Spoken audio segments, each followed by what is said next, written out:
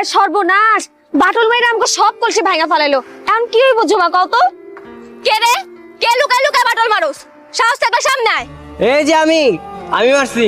কি সমস্যা? হ্যাঁ রে, আমরা কি কারে ভয় পাই নাকি? বল তো।